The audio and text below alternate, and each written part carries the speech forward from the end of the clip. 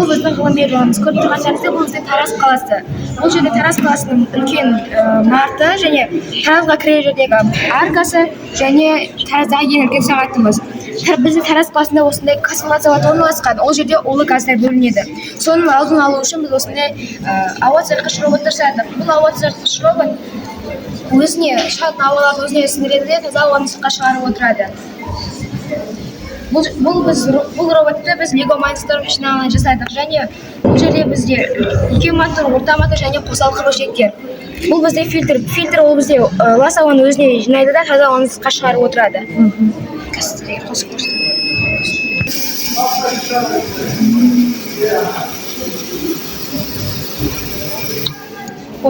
Бұл роботтың атын робот жақсы дос болсын деп атын дос деп қойдық. Бұл роботтың ерекшелігі көппен басқарылады және де айтқан сөздерді қайталай алады және де жұмысқа орындалады. Бұл сыртқы корпусы құм-қарадан жасалған, ал ішкі корпусы сынған ойыншықтардан жасалынады. Мысалда танкінің цептері, дөңгелек моторларынан, ал ішкі корпусы болса сөйлейтін қаптөстің ышқырушылар алынып салынған.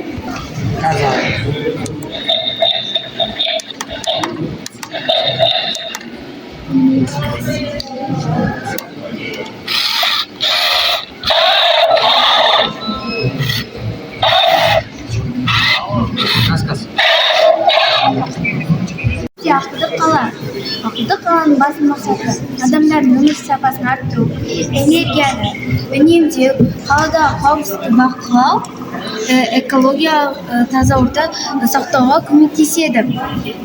Яғни бұл автобус бұл аялдамаға күйінде тоқтайды және тоқтаған дыбысын шығарады. Бұл бізде бөгет. Егер қандай да бір автобус немесе көлік келгенде ол ашылады.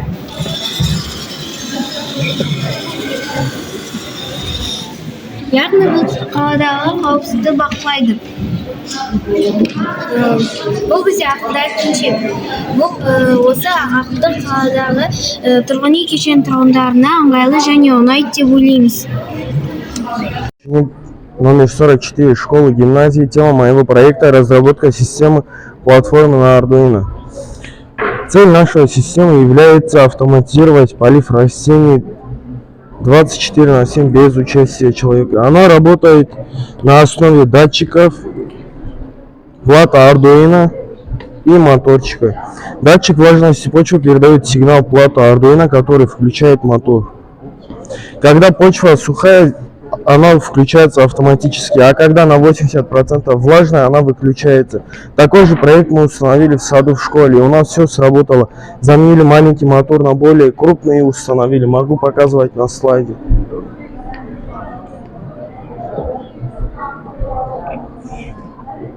Здравствуйте, уважаемые гости! Я ученик школы гимназии номер 44 Айденов Саид. Сегодня я хочу вам представить проект на тему «Умный дом как STEM-проект». Туда входит программирование, инженерия и технология в действии. Цель нашего проекта – разработать и реализировать умного дома. В нашем умном доме включено датчики оповещения о безопасности. Например, когда идет дождь, покажу на примере, когда идет дождь, когда в датчик оповещения дождя касается вода, начинается работать на автоматически. При утечке газа в нашем умном доме начинается работать вентиляция. Вот могу показать на примере. Работает вентиляция при утечке газа, при малейшем утечке газа. И более всего много таких же датчиков включено в нашем доме. Это лишь малые примеры.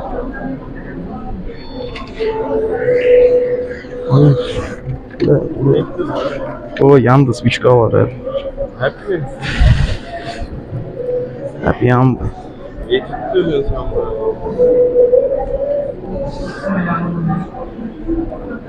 Рахимбаева Алина, мен Иван Трубицин атындағы номер 17-ші жалпы орта білім беретін мектеп сегізінші А сынып оқушысымын. Мен бүгінгі ұсынып отырған жобам меркі өңірінің тау аймағы мен табиғатын виртуалды форматта көрсету. Дала мәдениетінің басты ерекшеліктерінің бірі адам мен табиғат арасындағы тылсым әрі үйлесімді қарым-қатынас. Қазақ даласын мың жылдар бойы мекендеген халық туған жерін қызғыштай қорғап, оны киелі ұғым ретінде қабылдаған. Осындай табиғаты көркем, қасиеті мен құты қатар дарыған өңірлердің бірі Жамбыл облысы Меркі ауданы. Мен сіздерге туған өлкенің табиғатын 360 градусқа бұрылатын үшті форматындағы виртуалды саяхат түрінде ұсынамын. Саяхатымыздың маршруты Меркінің ең көрнекті нысандарын қамтитын бір тұтас желден тұрады. Ол Бүркіте шатқалы, Мұздықтар, Көккөл және де Сандық шатқалы. Сәлеметсіздер ме? Мен номер 44 жалпы орта білім беретін мектеп гимназиясының 6 сынып оқушысымын. Бұл жобада мен Arduino датчигін және дыбыстық сигнал беретін құрылғыны қолдандым. Жүйе қалай жұмыс істейді? Егер датчик белгілі бір деңгейден жоғарғы тербелісті анықтаса, Arduino оны өңдеп бірден дабылды қосады. Бұл адамдарға қауіпсіз жерге көшуге уақыт береді. Қорытындылай келе, бұл жоба жер сілкінісінің зардаптарын азайтуға пайдалы қадам деп ойлаймын. Осылай жер сілкінсе, дабылға сигнал қосады. Саламатсыздар ма? Мен номер 4 жалпы орта білім беретін мектеп гимназиясының оқушысымын. Мен бүгін сіздерге осы 3D принтерді таныстырғым келеді. Мен ең алдымен бұл жерде компьютерға кез келген бір заттың сызбасын құрып аламын. Содан соң оны осы 3D принтерға саламын. Ал бұл 3D принтер оны осы пластика арқылы ерітіп, оны жасап шығарады. Асанбай Асқаров атындағы жалпы орта білім беретін Тірек мектеп гимназиясының 10 сынып білім алушысы. Менің жобам зағип жандарға арналған көзілдірік болып табылады. Қазіргі кезде қоғамда өмір сүруге деген құлшынысын жоғалтқан адамдардың саны артып келеді және олардың қатарында зағип жандар да бар. Сәйкесінше менің жобам дәл осы санаттағы жандарға арналған.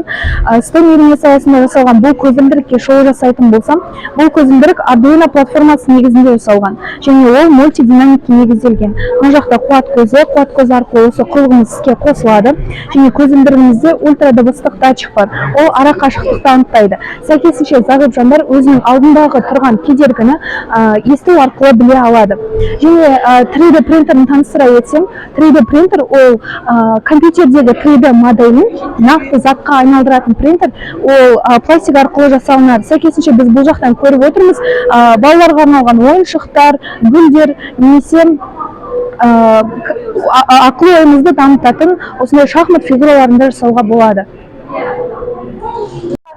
Жалпы орта білім беретін Тірек мектеп гимназиясы 10 білім алушысы. Мен 3D форматта карта арқылы Меркіні саяхат жасаймыз. Бұл жерде біз мен бұл жобаны қорғау арқылы ProEco жобасына қатысып бірінші жүлдегері болғанмын. Бұл жерде Меркі өлкесі табиғаттың және тарихтың көркім. Сонымен қатар 3D форматта біз қазіргі таңда саяхат жасайтын боламыз. 3D форматты жасау үшін бізге SketchUp программасы қажет. SketchUp программасы арқылы біз онлайн тур жасай аламыз. Сонымен қатар бұл жерде Меркінің көрікті жерлері бар. 3D форматта жасалған карта ол бізде саяхат жасауға мүмкіндік береді. Бұл мататалады ойын арқылы балаларға ойлауға, тілін дамытуға көмектеседі. Біз оған дұрыс алгоритм құрасақ, белгіленген жерге жете аламыз. Мысалға, маған Астанға жету керек. Онда мен дұрыс алгоритм құрамын.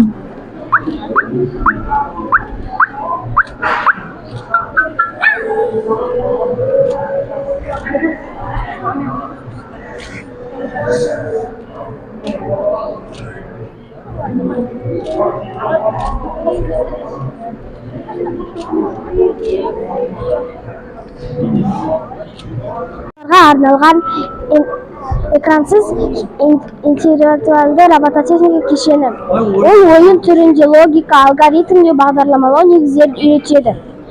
Сөйлеу қабілетін дамытады және де дыбыстық командалар береді.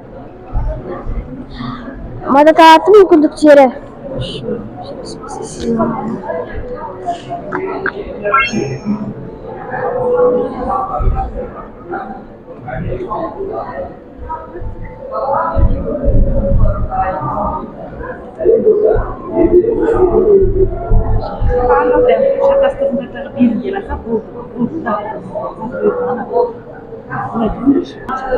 Мадаталардың мүмкіндіктері балалар гаджеттерсіз физикалық түймелер мен карталарды қолданып шынайы әлемде әрекет етеді.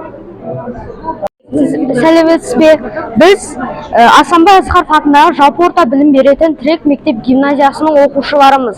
Біздің жасаған роботымыз бұл кубик Рубик құрайтын робот.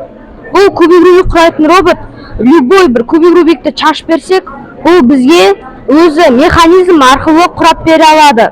Мысалы, қазір мен сіздерге кубик Рубик шашып берейін.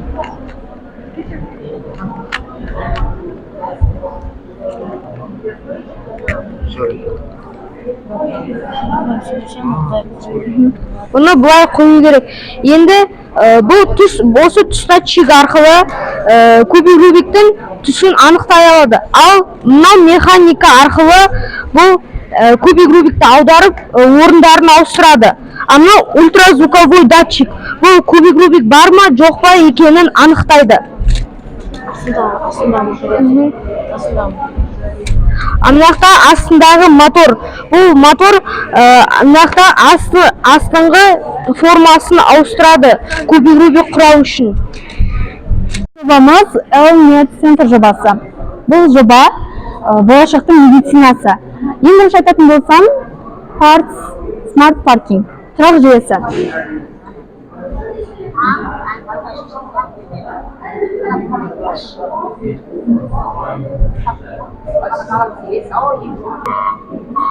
Одан кейін бізде Medical Drone.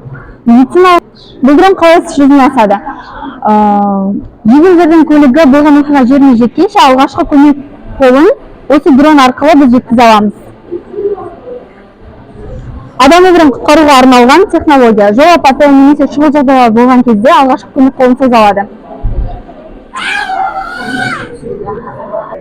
E-фармация, яғни айтқанда ақылды аптека. Бұл аптекаға рецепті келушілер енгізеді, соның нәтижесінде сізге қажетті дәрі-дәрмекті шығарып бере алады. Бір ескере кететін жағдай, бұл біздің ақылды аптекамыз адам жасайтын қателіктерді жасамайды. Жобамыздың негізгі мақсаты медициналық қызметті жылдам, ыңғайлы әрі тиімді ету. Біздің бүгінгі идеямыз болашақтың нысаны болуы мүмкін.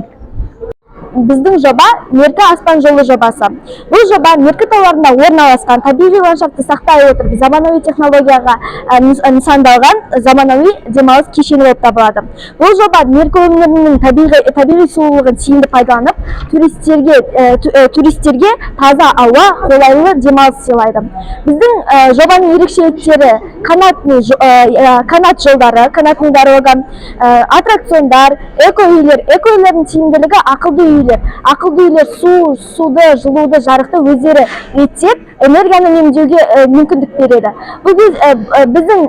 Біздің жоба бұл Меркідегі болашақ инвестициялық демалыс орталығы болып табылады. Ал біздікі чатбот жобасы, біз 48-ші жалпы орта білім беретін мектебінен боламыз. Бұл чатбот бізге не істейді? Яғни цифрлық этиканы сақтауға, интернеттегі қауіпсіздіктің кепілін береді.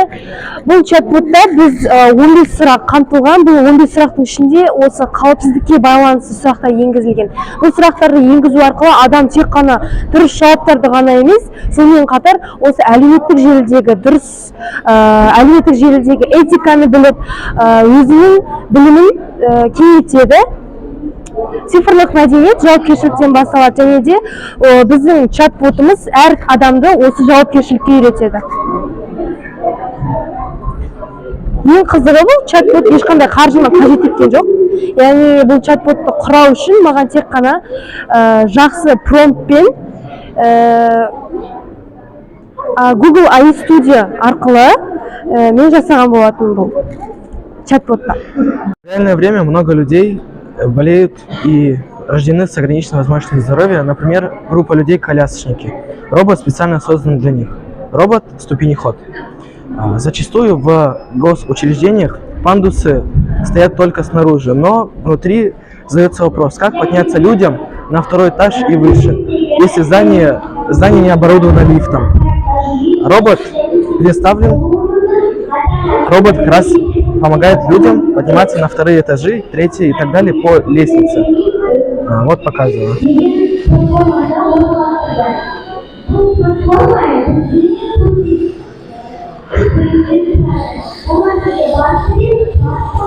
Робот-прототип, еще много недоработок, но в целом все будет с каждым годом дорабатываться и все делается намного лучше. Жалпы орта білім беретін мектеп лицейінің оқушысын менің жобам Arduino программасымен жасалынған Eldorod роботы. Бұл робот Arduino программасымен жасалынған көлеңке арқылы лабиринтті кемі 18 секунд аралығында өте алатын болады. Ол лабиринт тағы да көбіне Турциядан келген Турция программасымен жасалынған робот болады.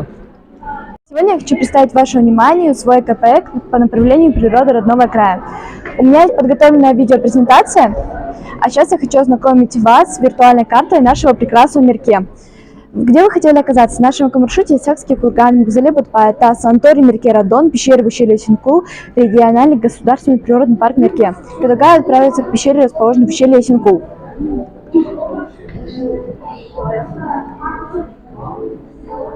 Вы можете увидеть весь путь пещеры под обзором 360 градусов, всю красоту природы гор. Теперь мы подходим к следующему этапу. Какие у вас ощущения? Окрестность красивая? Потрясающая природа, правда? Как вы заметили, что пройти к пещере расположена тропа. Наверное, среди вас есть те, кто были в горах Меркенского района. Поднялись выше, можно еще раз насладиться красотой природы гор Мерке.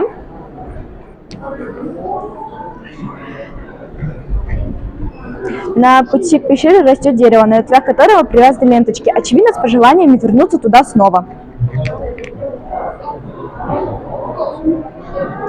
Вот еще одно дерево.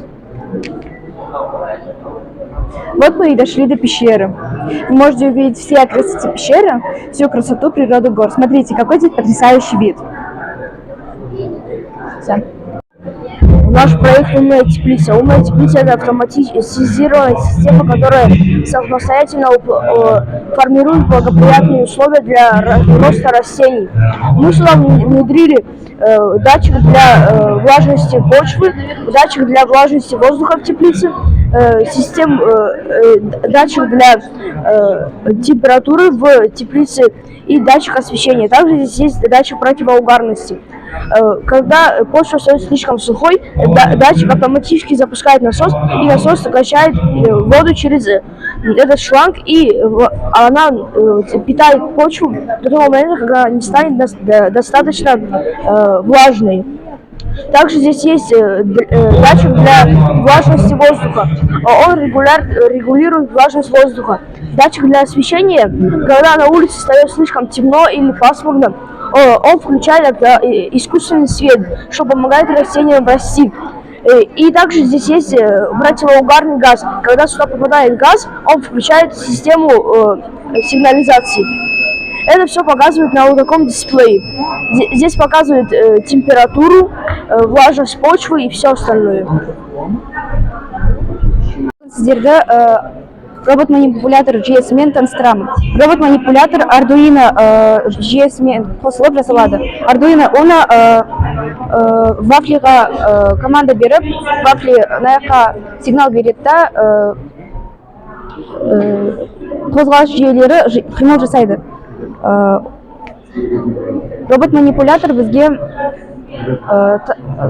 заттар тасымалдауға, бір затты бірінші орыннан екінші орынға қоюға көмек бере алады, және де ол адам үшін қиын жұмыстарды, ауыр жұмыстарды істей алады. Оны медицина саласында, білім саласында және құрылыс саласында қолдануға болады. Әпке батарейкасы отырып қалды. басқан басқашы бүйтсе қосып жатып түсіндіре берші сәлеметсіздер ме? Біз номер 4 Клемис Батыр жалпы орта білім беретін мектебінің 6 сынып оқушылары Байкөбек Білек және Байғазы Алмын. Біздің жобамыз 4-те 1 робот тракторы. Бұл робот трактор ÖGТ бағдарламасы арқылы ең бірінші жерді қазып, содан соң дән сеуіп, су құйып, қайта тырмамен жауып өтеді. Номері 4-ші Клемис Батыр жалпы орта білім беретін мектебінің 10-шы сынып оқушылары Рүспек Барабек, Жәнібек Ерасыл. Қазіргі таңда ең ауқымды мәселелердің бірі қоқыс. Қоқыс көп болғандықтан оны тасымалдауға және сақтауға қиындық етеді. Сол мәселені біз шешу мақсатында осы жобаны жазып келдік. Бұл жобаның атауы экопрестеуші.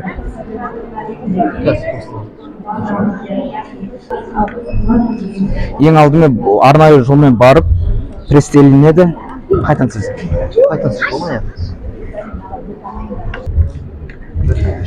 Ең алдымен қоқыс жәшігі арнайы жолмен барып престеленеді.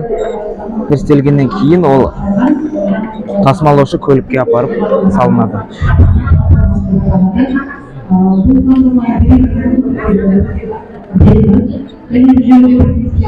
Жалпы орта білім беретін мектеп.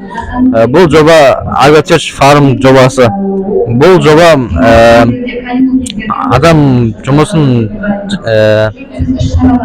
жұмысын жаяулатады да, ал техниканың жұмысын көбейтеді.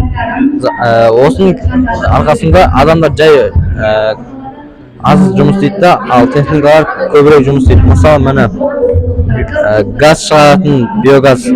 Мына жақта мал қалдықтары тұрады да, мына жерге келеді де өндіріледі. Мына жақтан газ болып шығады.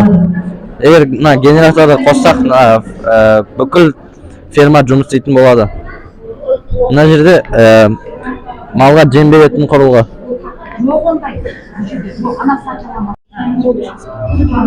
Газ қосылсын.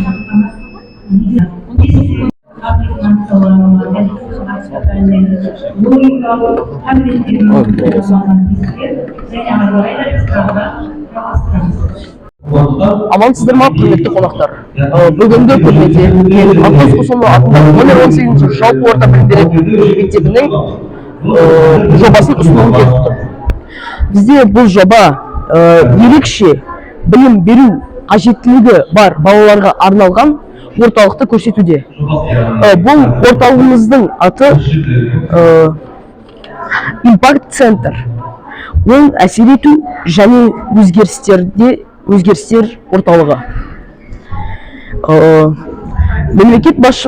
Біздің мемлекет басшысы Қасым-Жомарт Кемелұлы Тоқаев айтқандай, өзінің жолдауында айтқандай, біз ерекше қажеттіліктері бар азаматтар үшін кедергісіз орта қалыптастыруымыз керек. Бұл біздің қоғам арасындағы міндетіміз ғана емес, сонымен бірге адами борышымыз деп атап өткен болатын. Макеттегі функционалды аймақтар мен кабинеттер, инновациялық және білім беру секторы, сүр аймақ, бұнда әр баланың әлеуетін ашу үшін және даму траекториясы құрылады. Робототехника, EVA3, Python бағдарламалау және VR технологиялар арқылы балалардың логикалық дағдыларын дамытамыз. Сондай мұнда логопед, дефектолог және психологтың мамандандырылған кабинеттері орналасқан. Әлеуметтік интеграция және шығармашылық, күлген аймақ пен көпір. Макеттегі қызыл көпір баланың оқшау ортадан ашық қоғамға өтуінің символы. Осы аймақтағы гончарлық өнер, қыш құю және арт-терапия бөлімдері балалардың ұсақ моторикасын дамытып шығармашылық еркіндік сыйлайды. Wellness және оңалту аймағы, жасыл аймақ. Сәлеметсіздер ме, құрметті комиссия мүшелері, ұстаздар және қатысушылар. Менің есімім Әділбай Ұлжан. Бүгін сіздердің назарларыңызда Зерделі атты авторлық цифрлы жобамызды ұсынамыз. Қазір біздің Зерделі атты платформамыз негізгі сипаттамасы Зерделі қазақ тілінде жұмыс істейтін, яғни қазақ тілін жасанды интеллектке бейімделген негізгі платформа болып саналады. Платформа негізінде бізде математика есебі және ғалам туралы тарих, өлең жазды және ағылшын тілі, биология пәндерін көмектесе алады. Және де зерделі бізде негізінде жасанды интеллектпен негізделген болып саналады. Бұл зерделіге кез келген сұрақ қоя аламыз, және де бұл мысалы біздің жобамыздың өзектігі қазіргі білім алудың негізгі мәселелердің бірі оқушылардың дер кезінде сапалы көмек ала алмауы. Ол неден болады? Мысалға, біз келтіретін болсақ, зерделіге көмек бере аламыз. Яғни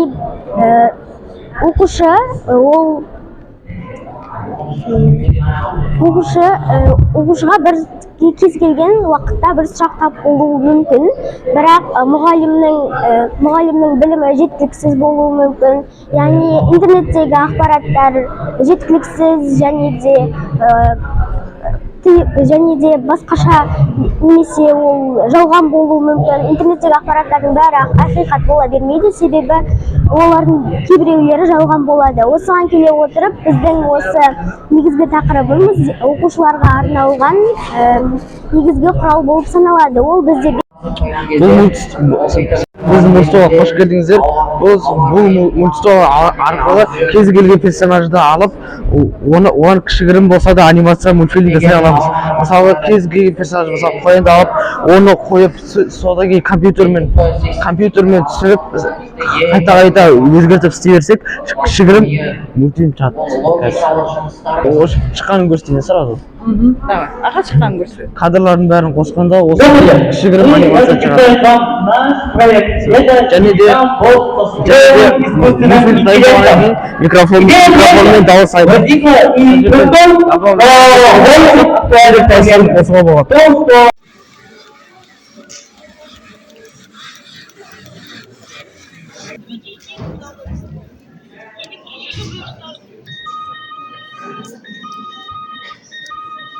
Зарядка слышишь, подавить было немножко. Ничего.